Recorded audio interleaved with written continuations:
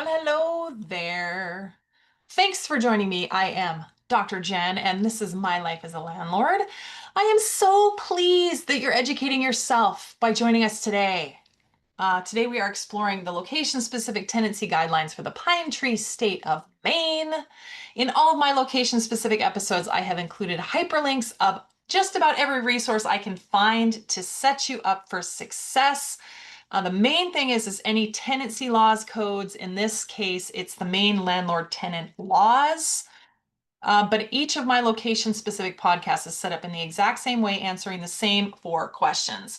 What are the basics of the landlord tenancy laws in this case, the state of Maine? Two, what are the nuances of this location, especially compared to some of the other locations that we've looked at?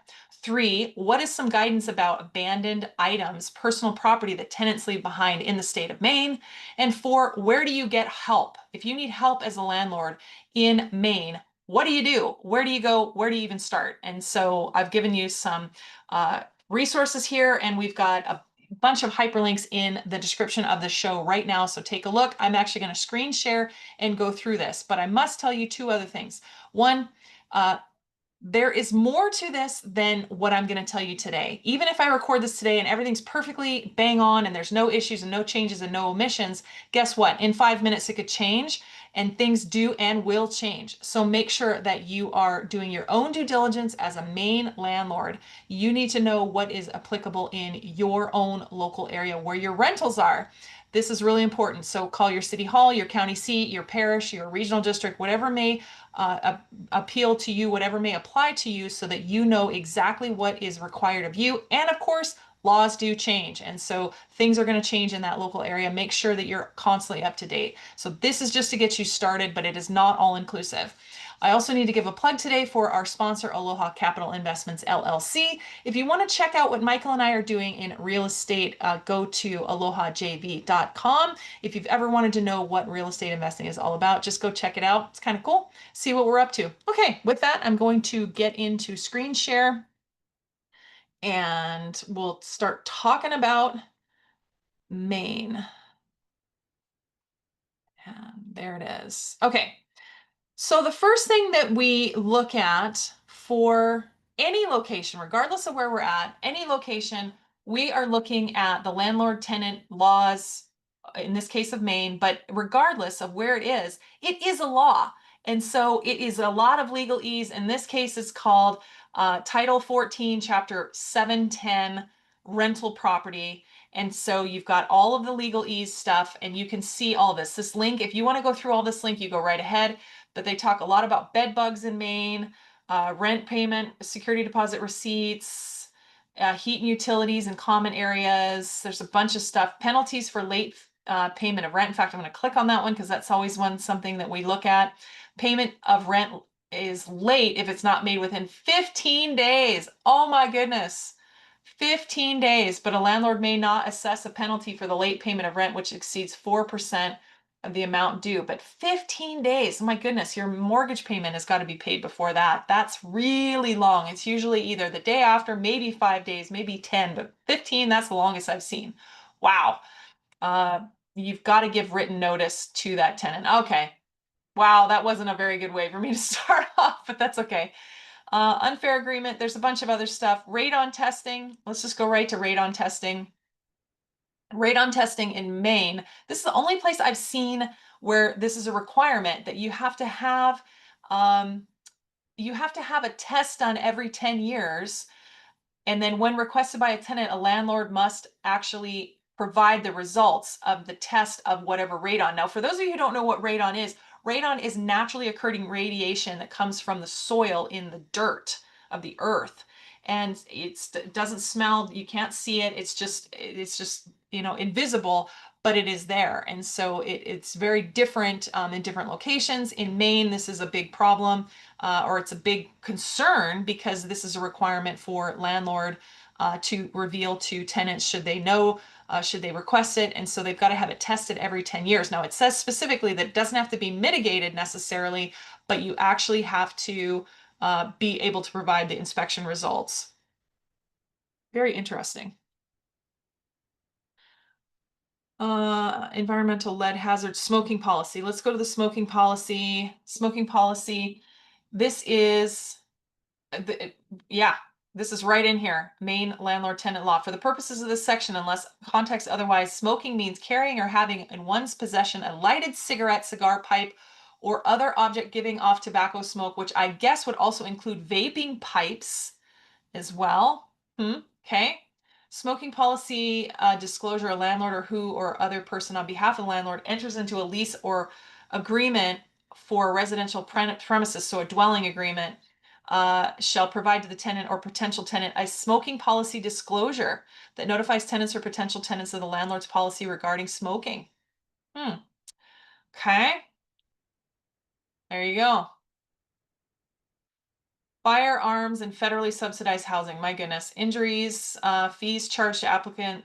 Here we go. Fees. This is actually one of my things that I look at. Fees prohibited generally, except as provided in this section. A landlord may not require an applicant to pay a fee to submit an application, or require an application to pay a fee to the landlord. So no key money. Exceptions, however, is that if the landlord is paying for a background check, a credit check, or a screening process, then the landlord may require the tenant to pay for that. A landlord may not charge an applicant more than one fee per background check, credit check, or other screening in any 12-month period. Interesting. That's the first time I've seen that. Okay. Very cool. Some of these have been repealed. Okay, so this is just the basic one. The rental property, Title 14, Chapter 710. And I think that it's missing some stuff. I don't think this is all of it, but this is the link. Let's go into further. Oh, this is the other one. So that typically what you'll have is you have a legal part, the law, and then you have a guide. Somebody, usually a government entity or a third party, will create like a user's guide. That's what this is. So this one is tenant minded, tenant perspective. And so this one looks like it's from legal aid. Tips before you rent, security deposits, rent and late fees, rent increases. We're going to go through all this because I want to go through, here's abandoned property. This is exactly what we're looking for. Discrimination, don't do that. And then mobile home parks. Mobile home parks I typically don't see, but we have seen a bit of it because it involves housing. But if you own them, if a tenant owns a mobile home, and you have to evict them, then they can just hook up their home and they're out of there. I mean, they're renting the dirt, not the space, not the dwelling, right? Okay, let's keep going. So how do you use this guide? It gives you all kinds of office numbers in Maine of where to go, what to do. Tips before you rent. Again, this is for a tenant who is looking to rent a unit in Maine. Tenancies at will. This is also including hotels, motels, rooming houses. Security deposit. What is a security deposit? There's also something in Maine that they can use a surety bond, that you can actually use. This says read our tips on page 3. Let's go back to page 3, surety bond. Yeah, if the landlord suggests that you buy a surety bond instead of paying a security deposit, be careful. You cannot be forced to buy a surety bond. You will not get your money back if you pay for the bond, even if you owe the landlord nothing when you move out. This is important, these surety bonds. Although a surety bond can save you money in the short run, it may cost you in the long run if you leave owing rent or damages, and the surety company can choose to sue you for the money that it pays the landlord under the bond. Buying a bond will not save you from getting a bad mark on your credit if you leave owing the landlord money. So of course, the person that put this together it looks like legal aid, gets this contact Pine Tree Legal. So this looks like a user guide in Maine to help tenants as maybe a resource about it. But surety bond, haven't seen a whole lot of bonding in North America. I've seen maybe 1 or 2 places so far about a bonding, but typically you would want a security deposit. Landlord cannot charge more than 2 times your monthly rent. And let's see, does my landlord have to return security deposit? Of course. But if you owe back rent or you have damaged the apartment, your landlord may deduct those costs from the security deposit. If you owe landlord more than the amount, then they may sue you in court. Does the landlord have to pay interest on returning the security deposit? No, not unless you both agree to this. And there, of course, is caveats in here if you live in subsidized housing. I'm not going to go through that because I'm assuming that it's not subsidized housing. But if that applies to you, make sure you do your own research as well. This is in here as well. I'm just skipping over it. Can my landlord keep my security deposit for routine upkeep? No, it can't pay for normal wear and tear at all. And they give examples: broken windows, holes in the wall, leaving trash. Oh, this is something that is above normal wear and tear: broken windows, leaving the apartment so dirty that it's unhealthy or unsafe. That would be beyond normal wear and tear. That would be malicious intent or negligence, it looks like. Oh, this is interesting. If your apartment is damaged by a storm, a fire, or a vandal, tell your landlord right away. They cannot charge you for the repairs if you or your guests did not cause the damage, and it's a good idea to make the police report. In fact, you should, because that is going to help the landlord remedy the apartment. Let's see, it didn't say how much time the landlord had to give back your security deposit, but it does say proper notice, 30-day written notice, proper notice of departing your, here it is. When does my landlord have to return the security deposit? Your landlord must return all or part of your security deposit by sending you a letter of why he or she is not giving some of all of it back. Must send it to your last known address, which could be the rental unit, right? You could send it back to the rental unit, but it doesn't say when. Oh, here it is. If you're a tenant and will, meaning you have no written lease, which is a terrible idea, by the way, please have a written lease. Your landlord must give back the deposit or send you the letter within 21 days after you move out and return the key. That's the key. You must return the key as well. If you have a lease, check what it says. If there's nothing in the lease about the timing of the returning of the security deposit, or if the lease gives 30 days, then the landlord has 30 days to return the deposit. That's the legal limit in Maine. There you go. That's the end. And what if they don't? Then there is small claims court, because remember, a security deposit is not the landlord's money, it's the tenant's money. Does the landlord have to keep the security deposit in any special account? Yes. He or she has to keep the security deposits in an account that is separate from his other accounts and safe from his creditors. That's different.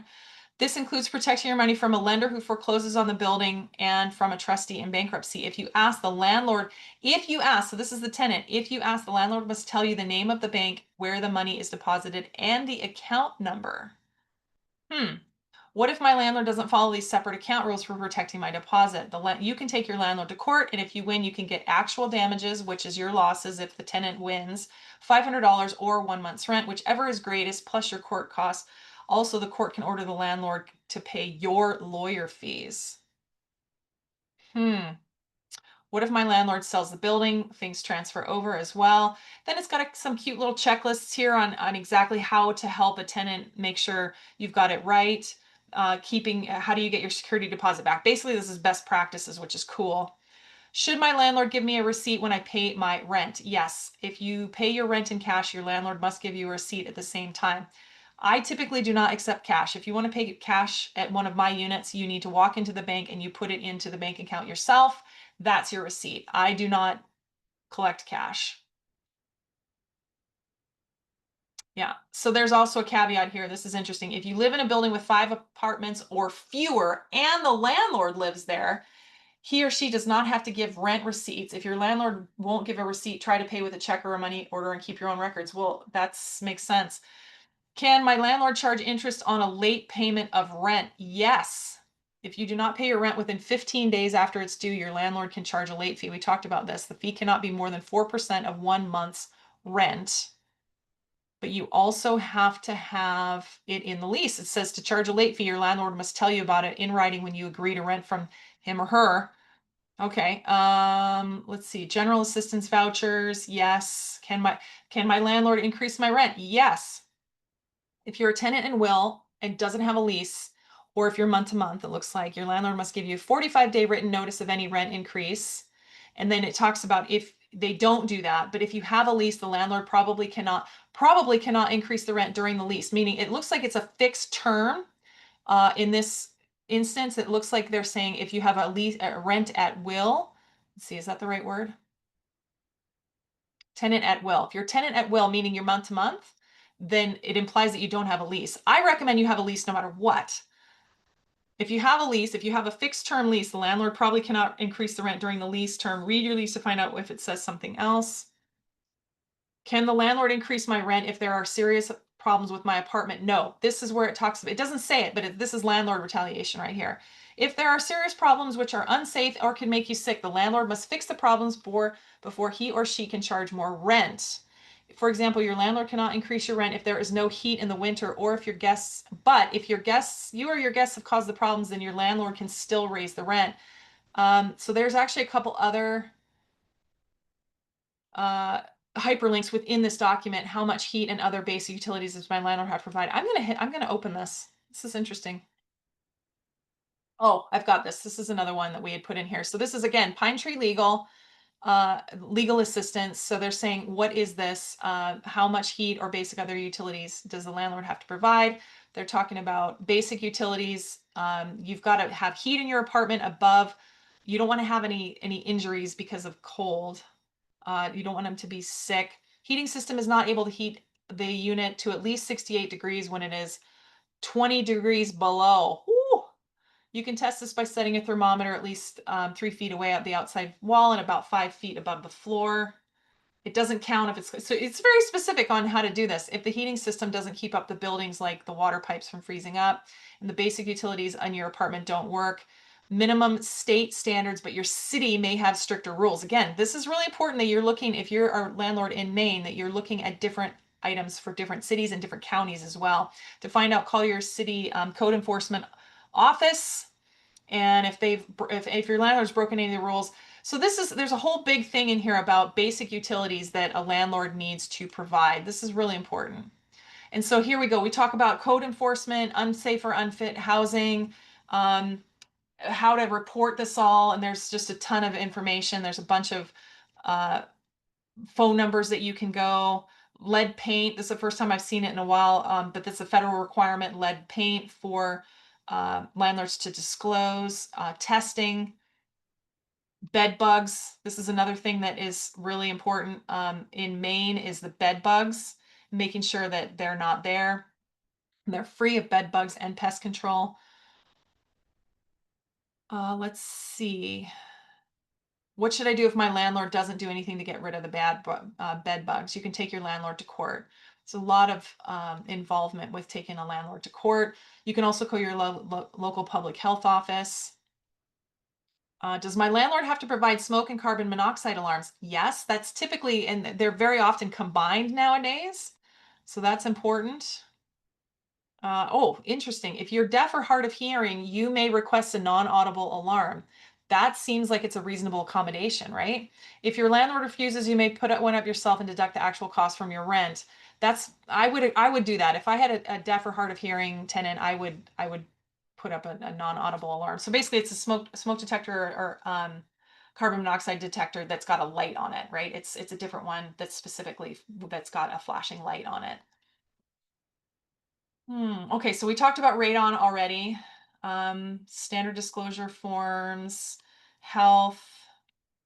This is if the landlord, if there's a safety issue that the tenant is reported to the landlord and they don't do anything about what to do. But it's got to be safety related. It can't just be, hey, the paint on the walls doesn't match, or the handle on the cabinet has fallen off. That's not what we're talking about. We're talking about safety issues. So no heat or not enough heat in the winter, unsafe drinking water, falling ceiling, unsafe wiring, tricky boards, a tricky or unsafe hand uh like stair railing on a staircase. That's always a big thing. Like, that's an immediate safety fix. But it talks about how a tenant can deduct, but they've got to do it properly, and notify the landlord properly on how to do that. My landlord just stopped paying his utility bills. What can I do? And so this, you can talk about this. You're gonna have to take your landlord to court. That's the answer. Can I just refuse to pay my rent if my landlord won't fix things? No, you can't. But there's one exception. It says if your apartment burns down or is so damaged that you can no longer live there and it's not your fault, you do not have to pay rent from the day you are forced out. Then it talks a little bit about suing your landlord. Oh, this is so sad. Let's see. Then it talks about evictions, going through this, how to do a 7-day written notice, all the requirements of a 7-day written notice if you're a tenant at will, 30-day written notice, basically any mischief items, or if there's nuisance, like all of these different things, they can evict you with a 7-day notice, but they have to have the landlord has to have a reason, and it must be either they've seriously damaged the apartment, you're causing a nuisance to everyone else, the tenant has caused the unit to be unfit to live in, they've changed the locks and refused to give the landlord a duplicate key. That's important because if they've done that, they've basically locked out the landlord. The landlord then can say, you've got 7-day written notice. Oh, here we go. You are 7 days or more behind in rent. Now let's talk about this for a second because there is a late fee at 15 days or more. But by the time you get to 15 days, here is 7 days. So if let's just talk this through for a second. Rent is due on or before midnight on the first of each month. If you are now 7 days behind in rent, you're tap dancing on day 7, let's call it day 8 of the month.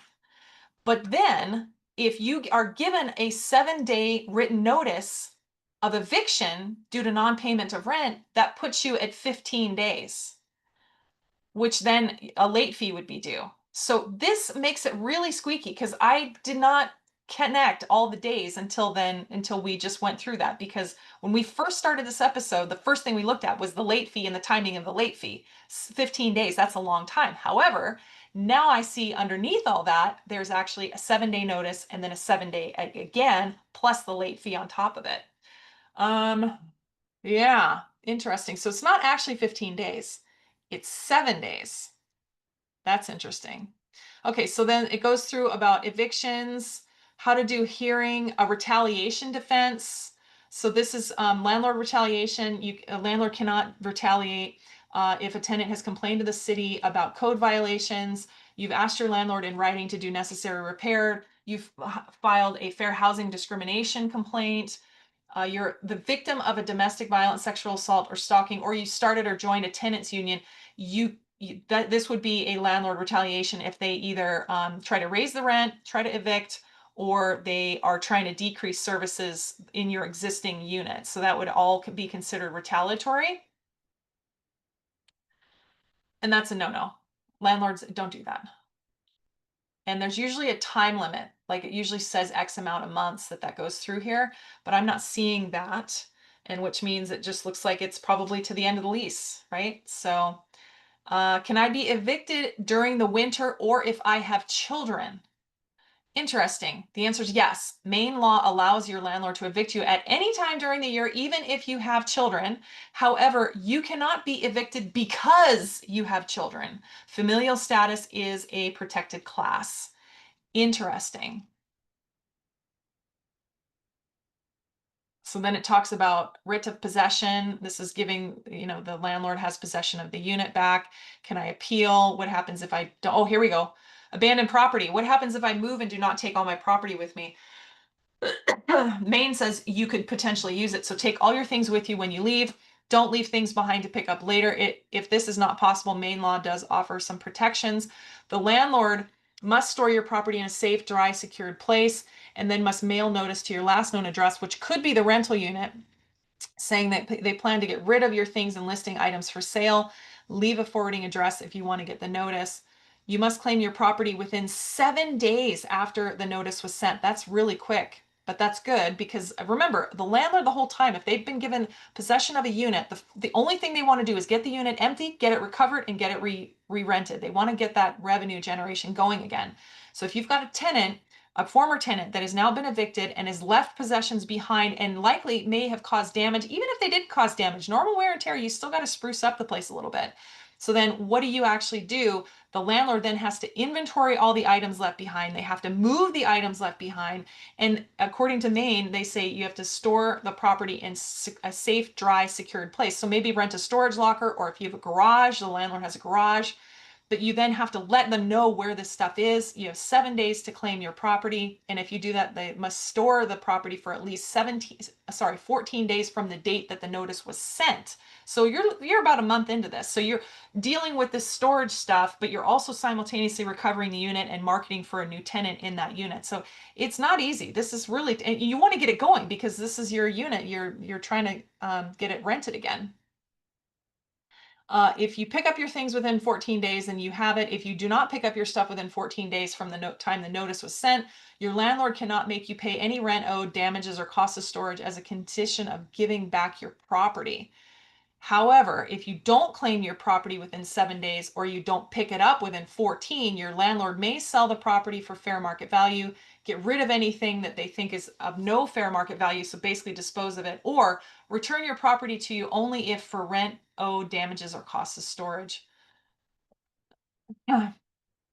Oh, and if he sells your property, he must send any money left over to the state treasurer in Augusta after deducting what you owe him for rent, damages, and storage costs. Boy, that's some serious accounting. I don't know if that's actually going to work, but it must, and you want to make sure that you've got some proper accounting. So landlords, I hope you're hearing, if you're a landlord in Maine and you've got a situation where you have a tenant who's departed and they have abandoned personal items, and then you're going to sell those personal items after all this stuff, you have to make sure you're doing this properly, because if that tenant comes back to you saying, hey, I know I had some very high-end jewelry or something that actually got sold, let's say you made a bunch of money, 10, 20,000 on it, I'm just saying, and you don't report that properly to the state like they're telling you, that could be a problem. They could come back on you. And I bet that has happened. I bet that's why this is in here. Anyway, make sure you know this. It says in here, what if I can't get my things because I'm hospitalized due to my disability? That's in here as well. This is talking about foreclosure or sale of the building. What do you have if you have the lease? What if you don't have the lease? What if the building is in foreclosure? Then it's got a bunch of stuff about discrimination, talking about domestic abuse. What if the abuser lives in the unit? What about changing the locks to keep the abuser out? This is another thing, cable TV, dishes, and antennas. If I live in an apartment building, can my landlord stop me from getting a cable TV, a satellite dish, or an antenna? Generally, no. Your landlord can refuse to allow these installations only if he has good cause to deny company. Good cause could be if that company has broken agreements with the landlord before, if that company has damaged the building before and has not fixed it, or some similar valid complaint against the company that's providing the satellite dish. And Maine has detailed laws about how cable TV companies and landlords must deal with each other. Very interesting. Like, who knew that? So make sure you are working with legal to help you do this properly. And of course, now they've got information in here about the Federal Communications Commissions also having rules allowing tenants to have a small dish, 1 meter or less in diameter. This is really interesting how this works, because if you've got an apartment building and you have all these antennas and satellite dishes all over the place, you just want to make sure that you're being smart about what you're doing, and that it's not causing damage. Okay, this talks about lockouts, subsidized housing, mobile home parks. I'm going to skip over that. If that applies to you, then it's there. Eviction.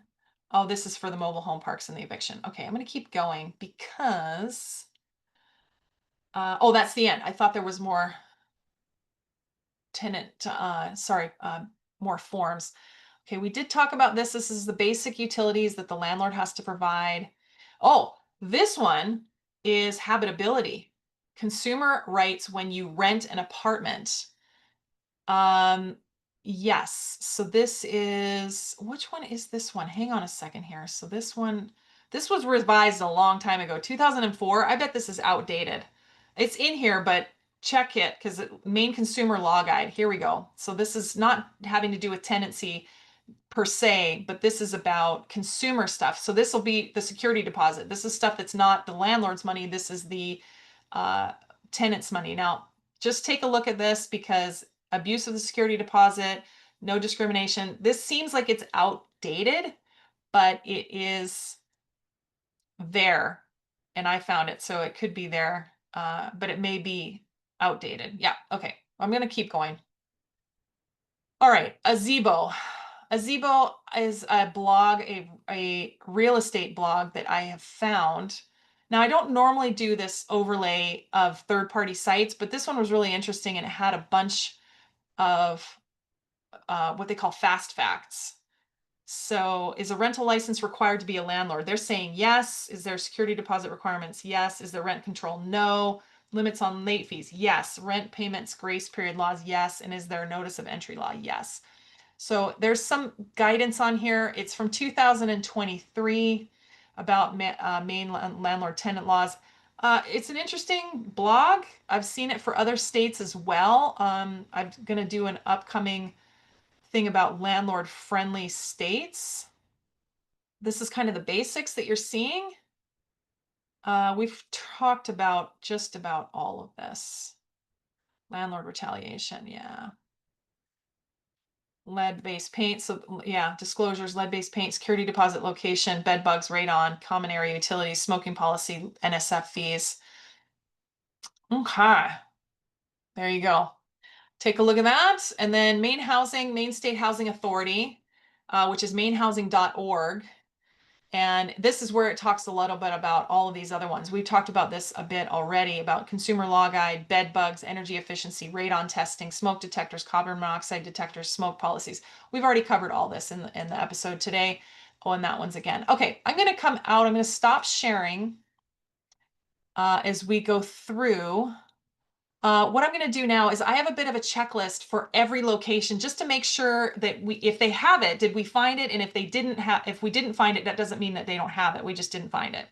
Tenant application fee. Yes, we talked about this and looks like we did find a spot that if there is a cost to credit checks, background checks, and similar criminal checks, that the application fee, the tenant can pay that, should pay that.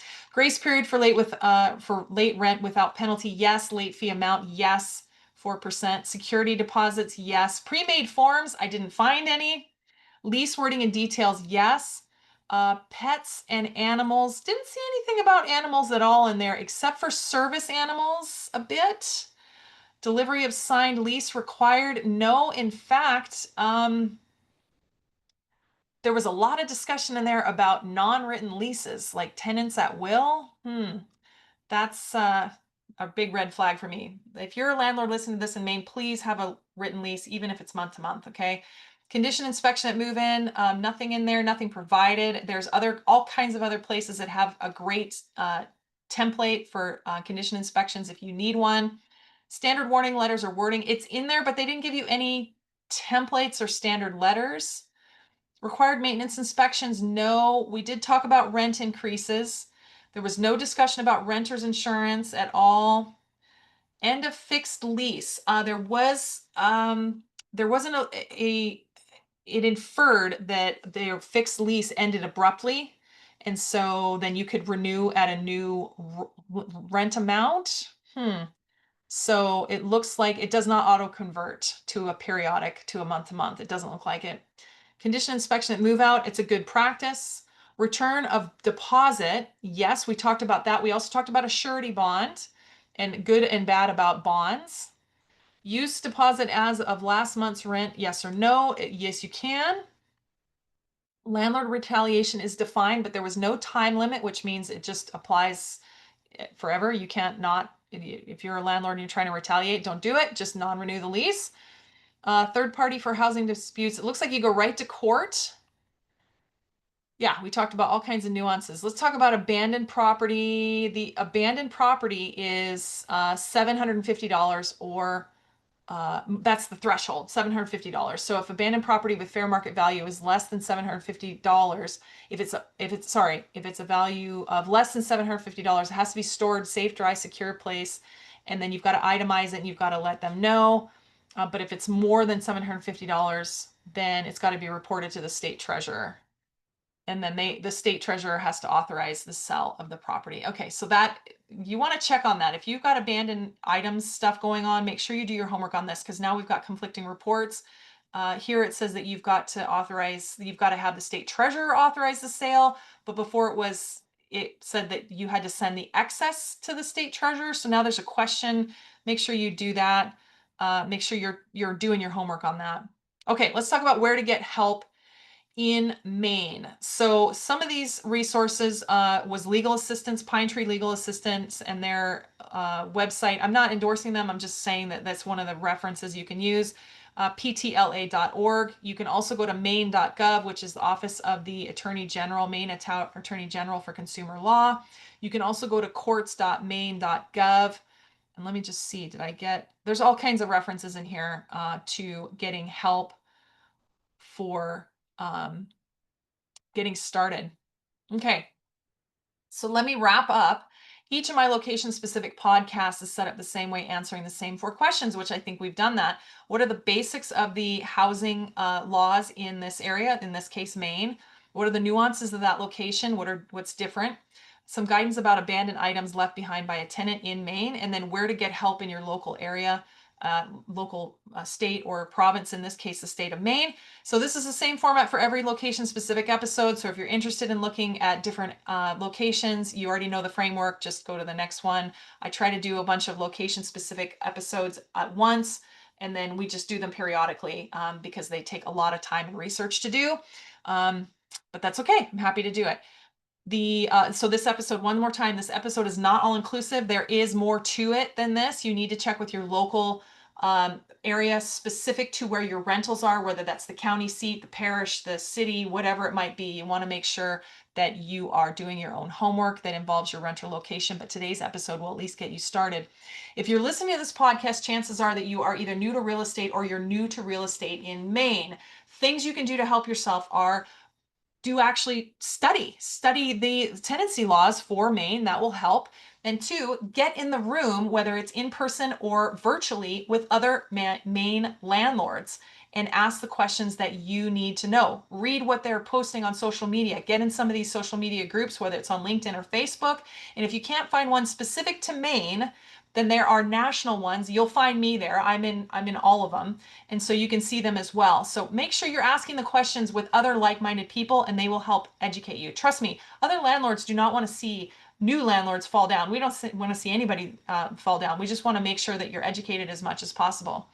I hope you learned something from today's show all about Maine. If you did, please give me a review on the platform that you are listening to this on. It really helps. I do really appreciate it. I hope you enjoyed today's show. Today I'm recording this episode on Maui, Hawaii. Why? Because real estate takes you places. Where do you want real estate to take you? Join me next episode. Right now, it's live in the library, episode 149, all about Florida. See you there.